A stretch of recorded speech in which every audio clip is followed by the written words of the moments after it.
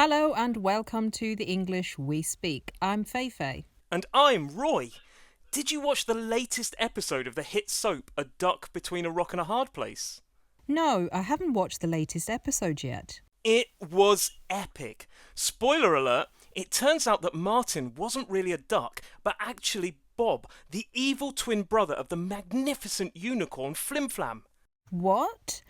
I can't believe you ruined the story for me with that spoiler. I've been watching them and now you have told me the big ending for the story. But I did say spoiler alert before I told you, and don't worry, there's going to be another episode tonight because, spoiler alert, the evil unicorn Bob didn't die at the end. Roy, that's another thing you've told me. Just because you say spoiler alert doesn't mean you can tell me everything that happens. Sorry, Feifei. I promise I won't tell you any other spoilers. Let's listen to these examples. Martina told me a massive secret that happens in the book, and she forgot to say spoiler alert. I'm so annoyed with her. Next time you give me a spoiler, make sure you say spoiler alert beforehand.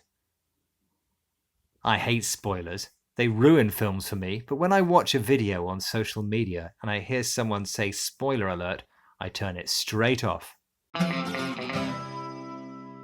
This is the English We Speak from BBC Learning English, and we're talking about the expression spoiler alert. We say this as a warning when we're going to reveal part of the story of a film, book, or TV series. I hate when people give me spoilers.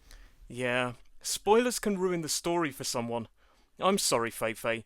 I shouldn't have given you any spoilers. Well, after you say spoiler alert, you need to give me more time before you tell me what happened. Sorry, I will do. Well, I suppose we're even now for all the times you've told us secrets about films and series. You never even say spoiler alert. Well, Roy, did you get the email from me earlier? No? Why? What did it say? Spoiler alert. You have to work the weekend because I'm going to the spa. What? Not again. Bye, Feifei. Bye.